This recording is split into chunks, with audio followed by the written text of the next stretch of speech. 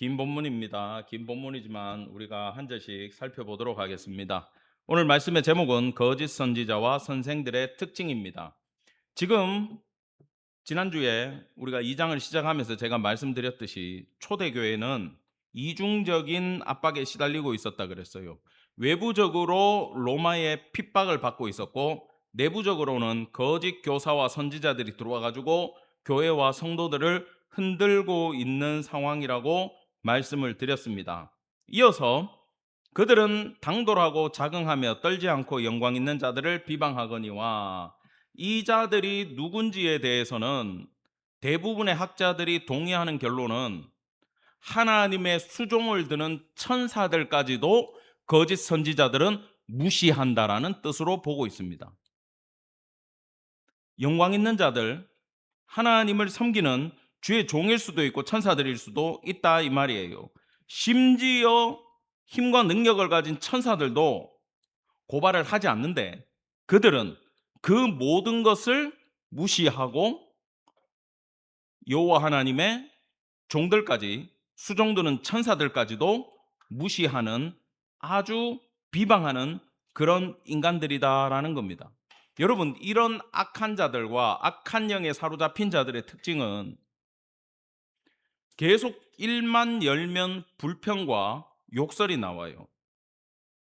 그러니까 예를 들어서 목회를 잘 하시는 목사님을 보더라도 그 목사님의 장점과 그분의 말씀과 그분의 열심을 본받을 생각은 하지 않고 음해하면서 욕하면서, 듣다 보면요, 자기만 잘났어, 나머지 모든 선배 목사님들은 다 나쁜 놈들이야.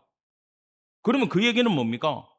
결국 자기가 하나님의 자리까지 올라가겠다는 거죠. 그 사람들을 세우신 하나님까지도, 도와주는 종들인 천사들까지도 비방하고 무시한다라는 거예요. 여러분, 정말 그 기독교 이단 연구소에서 분석을 해보면요, 이런 이단 사이비들에 대해서 여러분들이 공부할 게 너무 많아요. 제가 궁금하면 알아보라고 사이트까지는 알려드렸습니다만, 가만히 생각해 보니까 이단들은 과거에도 있었고 지금도 있고 앞으로도 있을 거잖아요. 여기 향남에도 광장 있지 않습니까? 뭐 예수의 향남교회라든지 축복교회라든지 정식 교회들도 나와서 전도하고 사역도 하지만, 여호와의 증인, 장길자 하나님의 교회, 신천지, 집합소입니다. 이 앞이 나와가지고 전부 다 포교를 하는데, 너무 가슴 아픈 건 집사님보다 더 어린 여성분들이 나와가지고 자기가 어디에 속해 있는지도 모르고 전도지를 돌리고 있는 거예요. 이거 아니라고, 성경 읽으시라고, 가짜라고, 듣지를 않아요. 어떻게 저렇게 젊은 사람들이, 이성이 분명하고 학식이 있는 분들이 여기에 빠질까? 왜 가르쳐줘도 못 나올까? 왜 그렇다 그랬습니까? 따라합시다. 영적인 문제다. 영적인 문제이기 때문에 넘어지고, 영적인 문제이기 때문에 거기서 못 나오는 거예요. 여러분, 교회가 한때 보수와 진보로 싸웠어요. 서로 사탄이라 그래요.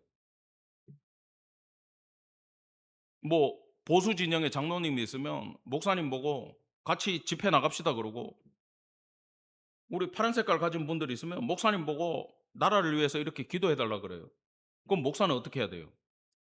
여러분, 교회는 누구 편 들어야 됩니까? 하나님 편 들어야 돼요. 모두가 하나 되게 기도해야 돼요. 색깔론에 빠져들면 안 돼요. 왜 그렇습니까? 이건 혈과 육의 문제가 아니라 그랬죠.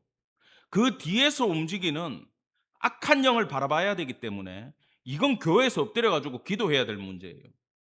모든 분쟁은 누가 가지고 옵니까? 예, 사탄이 가지고 오는 거예요. 이것도 영적인 문제이기 때문에 그렇습니다. 그래서 성도 여러분, 혼란하고 이단이 있고 사이비가 접근할수록 그들에 대해서 연구하고 분석하는 시간보다 진리를 연구하고 분석하고 그 말씀의 근본 위에 서는 성도 되기를 간절히 축원합니다. 이게 굉장히 중요한 거더라고요.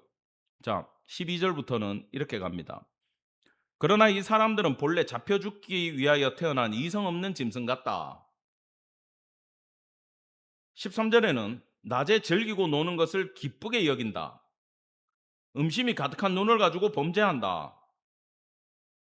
대표적으로 여러분 15절 같이 보겠습니다. 시작. 그들이 바른 길을 떠나 미혹되어 부올의 아들 발람의 길을 따르는도다. 그는 불의의 삭슬 사랑하다가 이렇게 돼 있어요. 지금 이 모든 이단 사이비의 대표성으로 누구를 이야기하고 있냐면 부올의 아들 발람을 얘기하는 거예요. 민수기 22장에 가면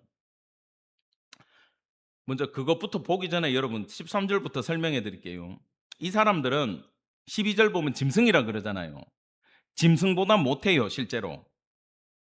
그리고 낮에 즐기고 논다. 여러분 만약에 우리 성도님이 낮에 출근 안 하고 즐기고 놀면은 주변에서 뭐라 그러겠습니까?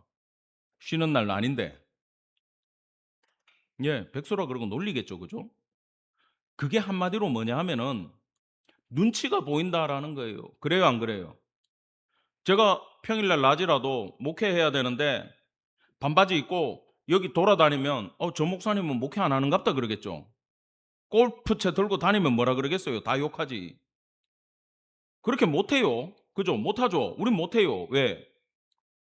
낮에 사람들의 시선이 있으니까 못해요. 근데 여기 낮에 즐기고 노는 걸 기쁘게 여긴다라는 건 그럼 사람들이 쳐다보는 낮에도 그렇게 즐기고 돌아다닌다면 사람들이 안 보는 밤에는 오죽하겠느냐 그 뜻입니다.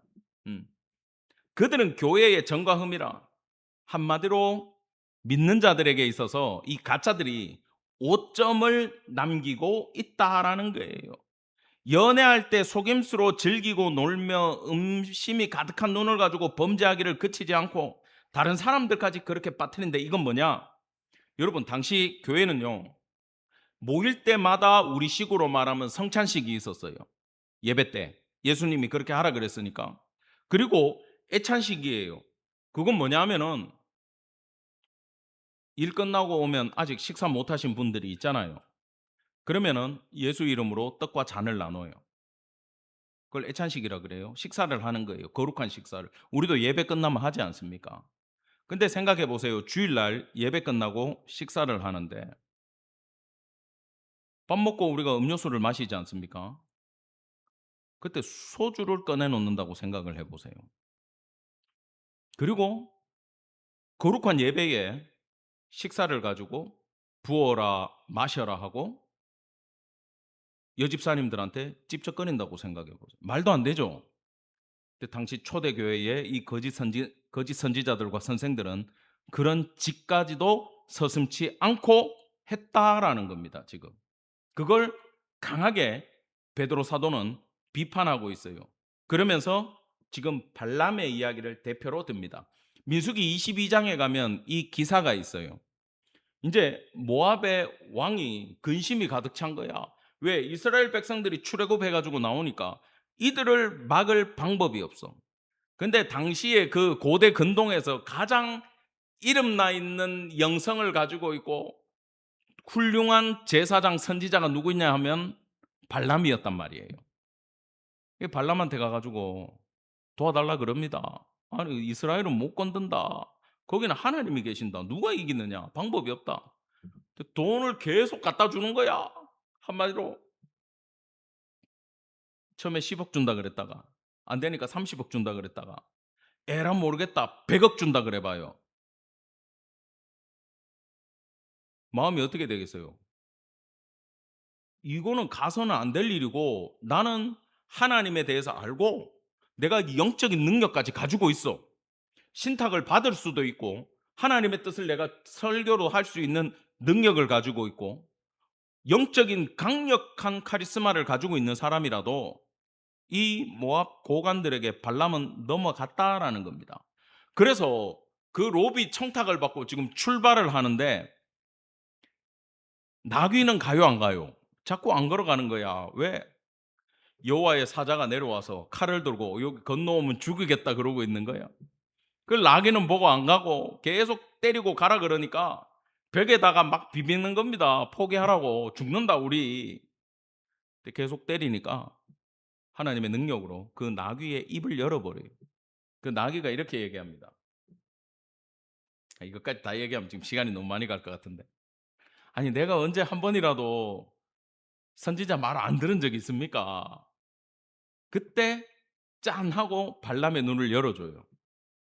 결국 지금 여기 이성 없는 짐승보다 영역을 가지고 있는 발람 선지자가 더 미개한 짓을 하고 있는 거죠. 자, 그래서 가면 안 되는데 또 그걸 극복하고 결국은 가요. 그래서 저주를 시작하는데 하나님이 발람의 입을 통해 가지고 이스라엘을 축복해 버리죠. 그리스도 얘기까지 나와 버리는 거예요. 그 축복 가운데. 그 듣고 있던 발락이 야, 저거 돈 그렇게 받아 먹고는 헛소리 하고 있네. 그 자기도 미안하잖아. 근데 자기 마음대로 안 되잖아요. 그 부분에는 성경에 안 나옵니다만 뒤에서 이들이 무슨 작당을 했냐면 내가 돈 값은 할게요. 이런 거예요, 지금. 발람이. 그들이 시딤에 모여 있을 때, 뭐 광야에 있을 때 벗은 여자들을 보내 가지고 그들을 미혹하고 이방 제사에 꼬드기고 음란하게 만들면 하나님이 진노해 가지고 다 죽일 것이다. 여러분, 그럼 발람 선지자는 그렇게 될 걸 알았어요? 몰랐어요? 알았죠. 알고도 시킨 거죠. 그게 왜 가장 강력한 범죄냐 하면 여호와 하나님의 속성을 너무 잘 알고 그렇게 하면 하나님이 진노할 걸 아는데 그럼에도 지금 그걸 했습니까? 안 했습니까? 한 거죠. 그걸 지금 성경이 거짓 선지자들의 영성을 가지고 있는 자들까지도 돈에 대한 탐심으로 그렇게 하더라라고 얘기를 하고 있는 본문이 바로 이 본문이라는 겁니다. 여러분, 17절에 가면요. 또 베드로 사도는 이렇게 얘기합니다. 이 사람들은 물 없는 샘이요. 여러분, 샘에 우물에 가가지고 뚜레박을 내렸는데 바닥을 치고 있어요. 그러면 그 우물이 필요합니까? 필요 없습니까? 모양은 우물인데 필요 없는 존재가 돼버렸어요. 광풍에 밀려가는 안개다. 여러분, 이거 보신 적 있나요, 혹시? 바닷가에서 보셨어요? 안개 거치는 거 보신 분? 아, 또 이런 건 또 저만 봤습니까? 산에서 안개가 구름처럼 쫙 밀려왔다가 바람 불면 확 날아가고 이럽니다. 그죠? 보셨을 거야. 바닷가예요. 안개가 끼는 건 차가 못 다닐 정도로 끼어버려요, 바닷가는. 제가 중국 산동 지방에 있을 때 그 웨이하이 바닷가에 안개가 끼는데 야, 그 타이밍 잘못 맞추면 대낮에도 어떨 때 거기는 해가 떠도 안개가 있어. 밤에는 1m 앞이 안 보이는 안개가 있어요, 바닷가는. 정말 조심해야 되더라고. 근데 해 뜨면 싹 하고 사라지는 안개도 있지만 바람이 불면 날려가 버리는 안개도 있어요, 실제로. 지금 그 얘기를 합니다. 그들이 아무리 어둡게 만들어도 하나님이 한번 불어버리면 어떻게 됩니까? 눈에 아무런 게 보이는 게 없이 그냥 순식간에 사라지는 허무한 존재들이다라고 얘기를 하는 거예요. 왜? 베드로 사도는 갈릴리 바닷가에서 그 안개를 봤기 때문에 하는 겁니다.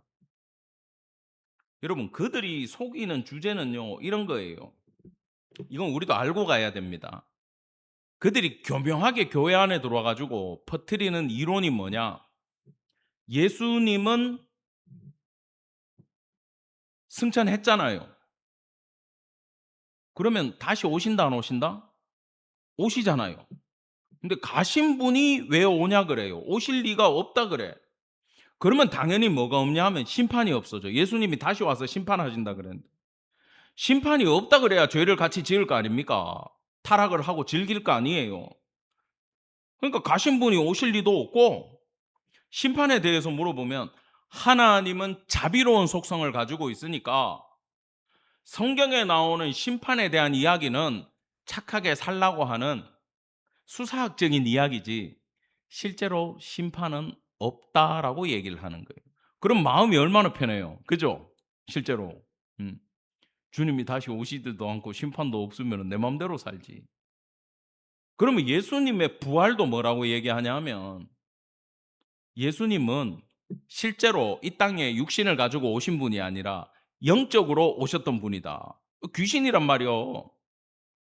그러니까 사람들 눈에 보이고 행하더라도 그게 전부 다 귀신이었다. 귀신인데 영인데 어떻게 육신이 있냐. 죽었다가 살아났다는 얘기도 꾸며낸 이야기다. 이렇게 예수님에 대해서도 그들은 속였단 말이에요. 이게 우리처럼 지금 말씀을 알고 신앙적으로 교리적으로 완성된 단계를 살아가는 성도들은 웃기고 있네. 그러면은 기독교가 왜 필요해? 이렇게 되잖아. 근데 그때 초대교회는 아직 신약 성경도 없을 때요. 그러니까 말씀의 바탕 위에 서고 싶어도 구약만 가지고 아직 제대로 서지 못하고 이제 성경이 만들어지던 시점이니까 요한 사도는 요한 1서 4장에서 이렇게 얘기합니다. 제가 읽어 드리겠습니다. 이로써 너희가 하나님의 영을 알지니 곧 예수 그리스도께서 육체로 오신 것을 시인하는 영마다 하나님께 속한 것이요. 아멘. 예수님이 실제로 이 땅에 오셨다. 이걸 믿고 고백하는 영. 예를 들어 내가 거짓 선지자면 아무리 막 죽은 사람을 일으키는 능력을 갖고 있어도 이걸 믿지 않으면 나는 가짜라는 거예요. 자, 예수를 시인하지 아니하는 영마다 하나님께 속한 것이 아니니 이것이 곧 적그리스도의 영이니라. 오리라 한 말을 너희가 들었거니와 지금 벌써 세상에 있느니라. 아멘. 사랑하는 성도 여러분, 우리가 요한일서 4장 2절 3절의 말씀을 기억하고 있다면 이 위에 거 예수님의 승천이나 부활이나 심판이나 그분의 육신에 대해서 미혹한다면 넘어가겠어요? 안 넘어가겠어요? 안 넘어가요. 내가 그 장길자 자칭 하나님의 교회에 빠진 사람들, 저 전도하러 나갔다가 그 사람들 만나가지고 대화를 해보니까 내가 장길자 그러니까 막 화를 내는 거야. 왜 하나님의 이름을 망령되이 일컫냐? 그 성경 어디를 봐라 그 여자가 하나님인가? 안상홍이 첩이었지. 그러니까 막 화를 내고 삿대질을 하더라고. 제가 또 목소리가 좀 큽니까? 같이 따졌지. 성경 읽어봤냐고. 당신들이 교회라고 하고 하나님 믿는다고 하면서 신구약 성경 읽어봤냐고. 여러분, 그 이단들은요 성경 공부 그렇게 안 해요. 자기들의 교리집 가지고 일부만 발췌해서 가리키고 외우게 만들고, 돈 있는 사람은 헌금 내고 교회에서 쉬라 그러고, 돈 없는 사람들은 나가갖고 전도하라 그래. 제가 유튜브에 집회 영상 밑에 누가 글을 올려놨는데 신천지 있다가 나온 청년이야. 신천지 있을 때 그들의 그 압박 때문에 항상 죄책감에 시달리고 살았대. 겨우 거기서 벗어난 뒤에도 죄책감 때문에 하나님께 다가갈 수가 없었대. 근데 영상 가운데 그 목사님의 강의를 듣고 말씀을 듣고 구약 성경에 기반한 신약의 예배에 대해서 배우고 난 다음에 자유함을 얻었다고 얘기를 하는 거예요. 할렐루야. 밝힐 수는 없지만 여러분 그건 놀라운 간증입니다. 결국 그 영혼을 자유케 만든 건 뭐였어요? 하나님의 말씀이었어요. 여러분 말씀을 기억하시고 그 반석에 서는 성도 되기를 간절히 축원합니다. 이것만이 우리가 이길 힘이 있다라는 거예요. 그들에게 자유를 준다 하여도 자신들은 멸망의 종들이니 누구든지 진자는 이긴 자의 종이 됩니다. 여러분 쉽게 말하면 이거예요. 내가 나는 술을 이길 수 있어 그러면서 매일 반주를 조금 먹다가 나중에 뭐 됩니까? 알코올 중독자가 돼가지고 덜덜덜덜 떨면서 술 찾게 되는 거예요. 여러분 일하는 것도 마찬가지입니다. 일 중독이 돼가지고 혹시 보셨어요? 주말이고 뭐고 성취와 성공을 위해서 달려가는 사람은 가족도 뭐고 다 필요 없어요. 해보신 분도 있는 것 같은데 그 일 중독이거든. 그러면 일에 중독돼가지고 그 일에 붙잡혀 가고 그것에 노예가 돼버린다는 겁니다. 주님이 구약에서부터 안식일을 제정해 가지고 내 날이다. 다른 거 하지 말고 내 만나자. 쉬라고 얘기하는 게 뭐예요? 거기에 빠져들지 말고 죄나 모든 것에 종이 되지 말라고 우리한테 이야기해 주시는 겁니다. 20절입니다. 만일 그들이 우리 주 대신 구주 예수 그리스도를 알므로 세상의 더러움을 피한 후에 다시 그 중에 얽매이고 지면 그 나중 형편이 처음보다 더 심하리니. 예수 믿고 구원받고 하나님을 내가 알고 그분의 백성 되는 은혜는 그 무엇과도 바꿀 수 없는 어마어마한 축복이에요. 근데 정말 이단들은 여기에 있는 교인들을 빼가지고 가잖아요. 그러면 다시 죄의 노예가 돼 버려요. 그들의 만들어 놓은 사이비 교리의 노예가 돼 가지고 못 빠져나오는 거야.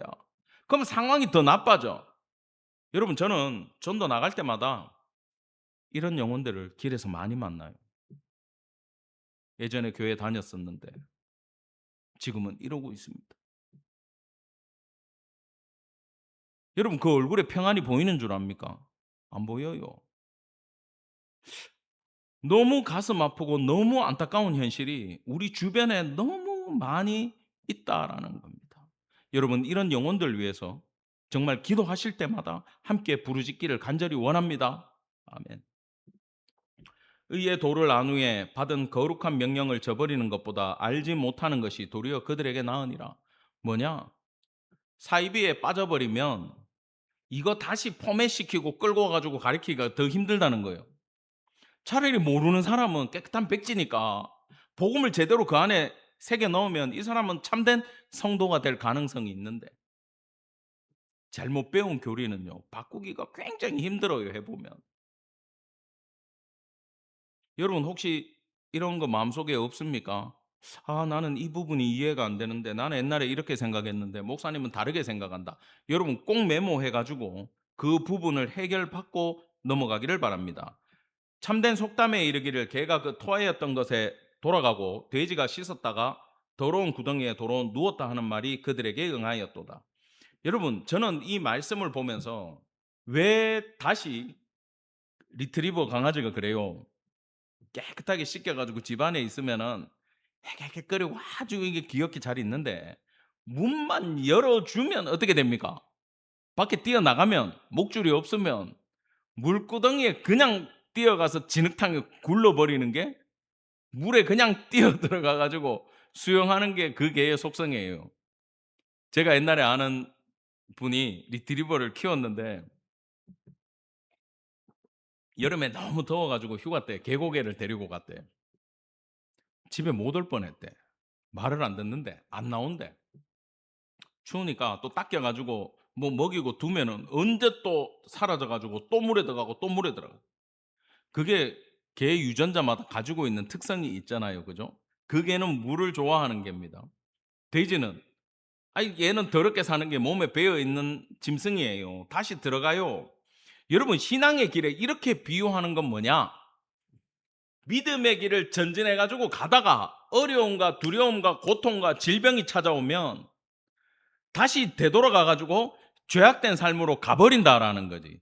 나는 이렇게 왔다가 간 사람을 전도해 보니까 무슨 얘기가 나오냐 하면, 여러분, 이것도 영적인 문제더라고. 두렵답니다. 두렵대. 뭐가요? 교회 나가고 신앙생활을 하려고 하면 가정에 사고가 일어나고 문제가 일어나는 게 나는 너무 두려워서 못 나가겠어요. 여러분, 누가 그렇게 하는 거예요? 사탄이 하는 거죠. 그럼 뭘 해야 됩니까? 기도하고 부딪히고 전진해야 돼요. 여러분, 이게 영적인 문제이기 때문에 실제로 있는 일입니다. 경험 안 해보셨어요, 혹시? 해봤죠? 제가 예전에 그런 얘기를 한번 했어요. 그 장길자 애들하고 내가 막 싸웠다 그랬잖아.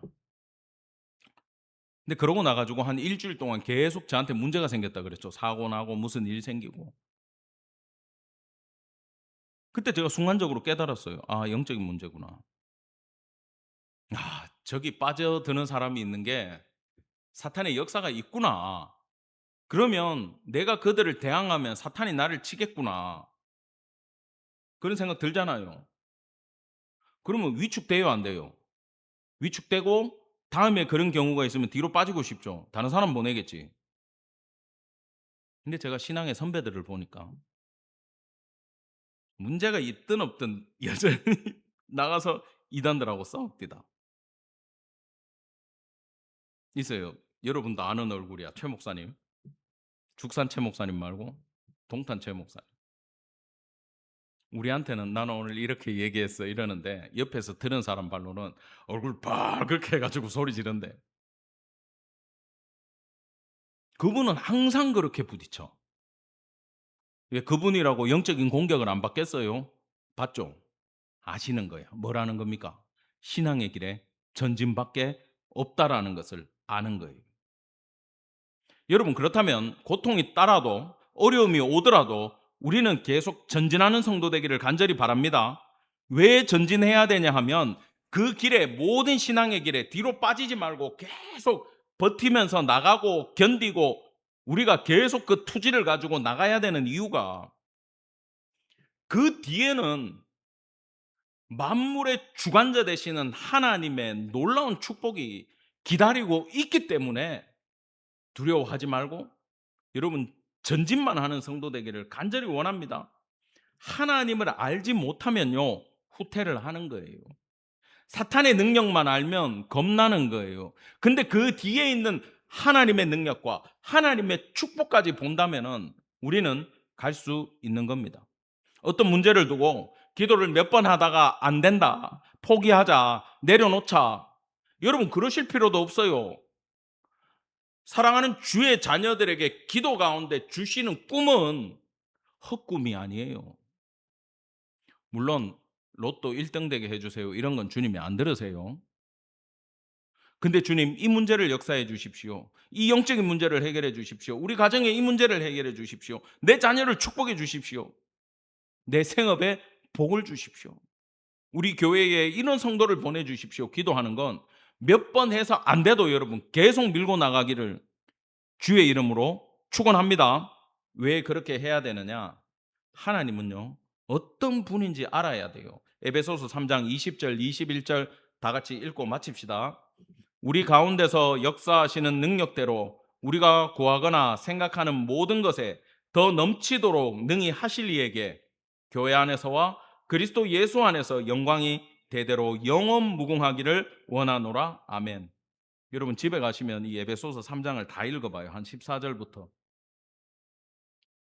하나님은 어떤 분이냐? 우리 가운데 역사하시는 능력인데 여러분이 구하거나 생각하는 것보다 더 뭐 한다는 거예요? 넘치도록 주시는 분이라는 거예요. 여러분은 요만큼 기도하는데 뒤에 하나님의 계획은 이래.